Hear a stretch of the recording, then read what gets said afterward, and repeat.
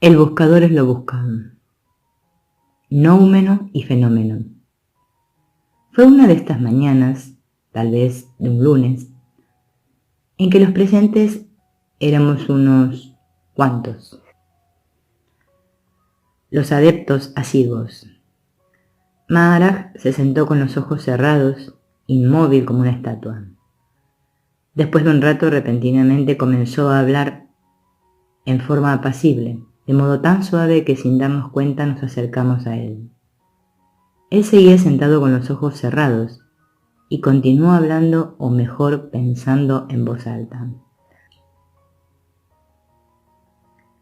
La gente piensa que yo soy un ñani. Vienen a mí desde todas partes del mundo, de Canadá, Australia, de Inglaterra, Japón. La mayoría ha leído Yo soy eso y viajan hasta Bombay solo por verme. Con gran dificultad localizan mi pequeña vieja casa en una calle estrecha y sucia. Suben por las escaleras y encuentran a un pequeño hombre moreno con la más sencilla de las vestimentas, sentado en un rincón, y piensan, este hombre no parece un ñani, no viste de manera impresionante, como podría esperarse de alguien tan famoso como Nisargadatta Maharaj. ¿Será realmente un ñani? ¿Qué puedo yo decir a estas personas? Les digo con toda franqueza que mi educación es de un nivel que apenas puede colocarme en la categoría de alfabetizado. No he leído ninguno de los grandes textos sagrados tradicionales y el único idioma que conozco es el marathi, mi lengua nativa. Tan solo una cosa he buscado, pero la he buscado incansablemente, como un cazador sigue a su presa, y es esto: sé que yo soy y tengo un cuerpo. ¿Cómo pudo esto suceder sin mi aprobación y mi conocimiento?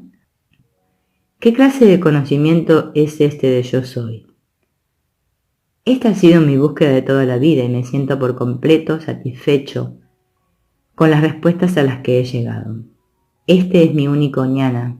Sin embargo, la gente cree que soy un ñani. Mi gurú me dijo alguna vez, tú eres Brahman, tú eres todo y cada una de las cosas. No existe nada más que tú. Yo acepté la palabra de mi gurú como una verdad y ahora tengo 40 y tantos años sentándome en este cuarto sin hacer otra cosa que hablar al respecto. ¿Por qué la gente viene a mí desde lugares distantes? Vaya milagro. ¿A qué llegué después de llevar mi indagación a su conclusión lógica? Toda la cuestión es simple en realidad, si uno logra ver el panorama en forma clara. ¿Qué es este yo del que me ocupo? La respuesta inmediata, claro, es esta persona, este cuerpo, pero entonces se ve que el cuerpo no es más que una estructura psicosomática. ¿Cuál es el elemento más importante de esta estructura por el cual se le considera un ser sensible? Indudablemente la conciencia, sin la cual esta estructura, aunque en términos técnicos esté viva, sería inútil en lo que respecta a su funcionamiento.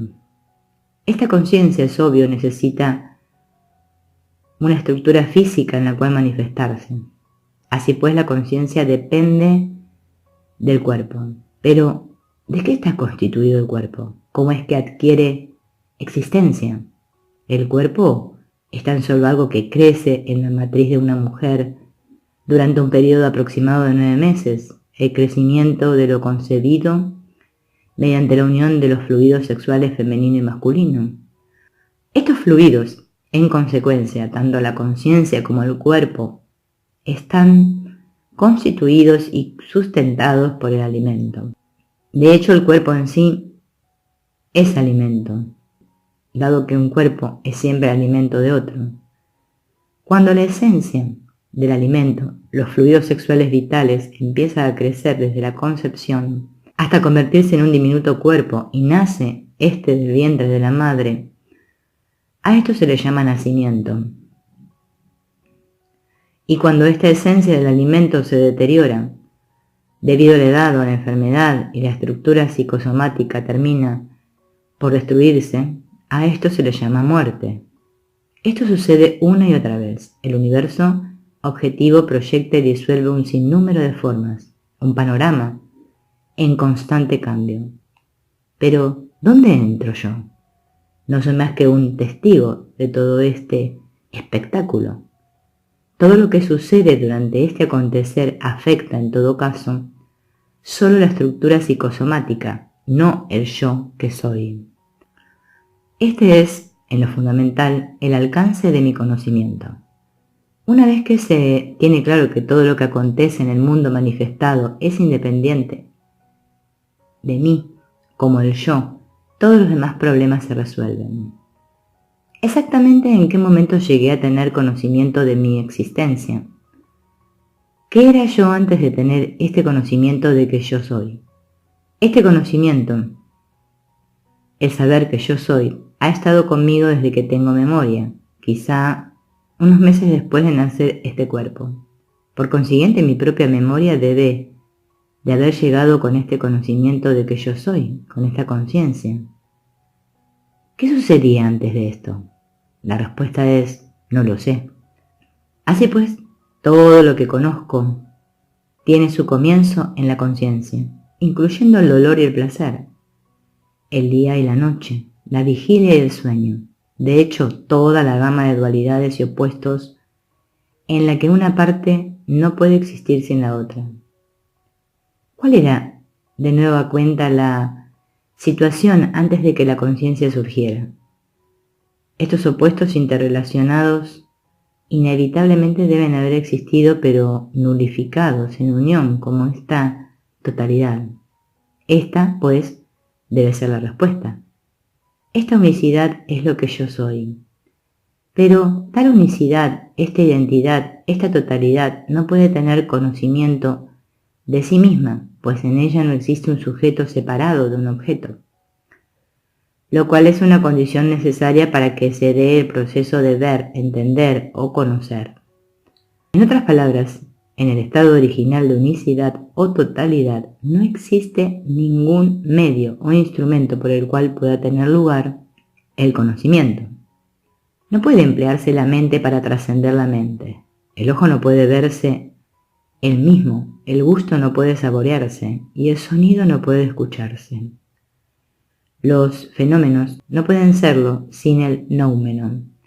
El noumeno, la infinitud de lo desconocido, es el límite de toda posible conceptualización, la abstracción de la mente. El noumeno, el único sujeto, se objetiva y percibe el universo manifestándose fenoménicamente dentro de sí mismo, aunque aparentemente afuera, a fin de ser un objeto perceptible. El concepto de espacio-tiempo entra en acción para que el noumeno se manifieste de manera objetiva como el universo fenoménico, pues los objetos, para ser cognoscibles, tienen que darse en el espacio, por el que adquieren volumen y deben extenderse en el tiempo, pues es la única manera en que pueden ser percibidos. De este modo, ahora tengo el panorama completo.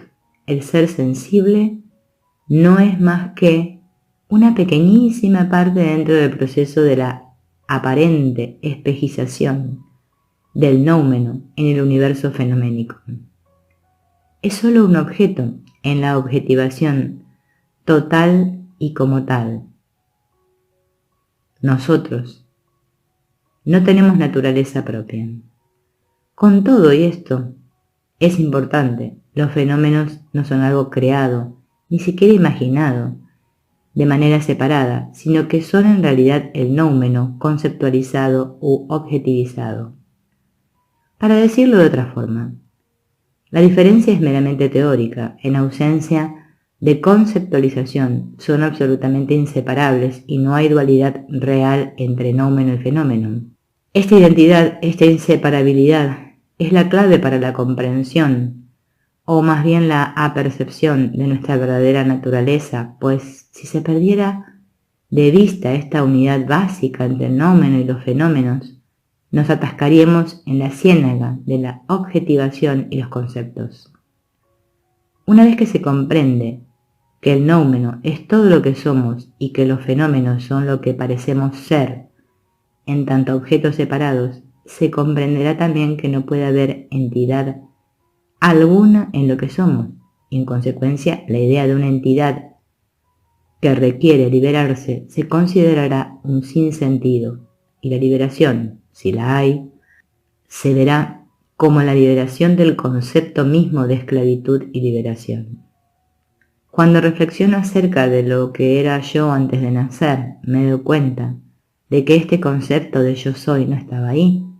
Sin conciencia no hay conceptualización, y lo que tiene lugar al mirar no es lo que una entidad, ve de conformidad con la dicotomía sujeto-objeto, sino es la visión desde dentro, desde la fuente de toda visión.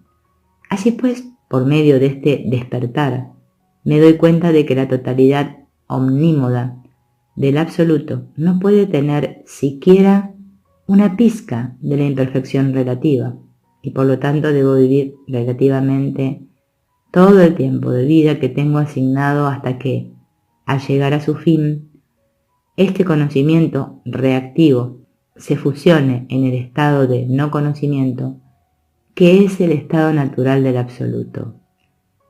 Esta condición pasajera de yo sé y de yo sé que sé se fusiona entonces con ese estado eterno de yo no sé y de yo no sé que no sé.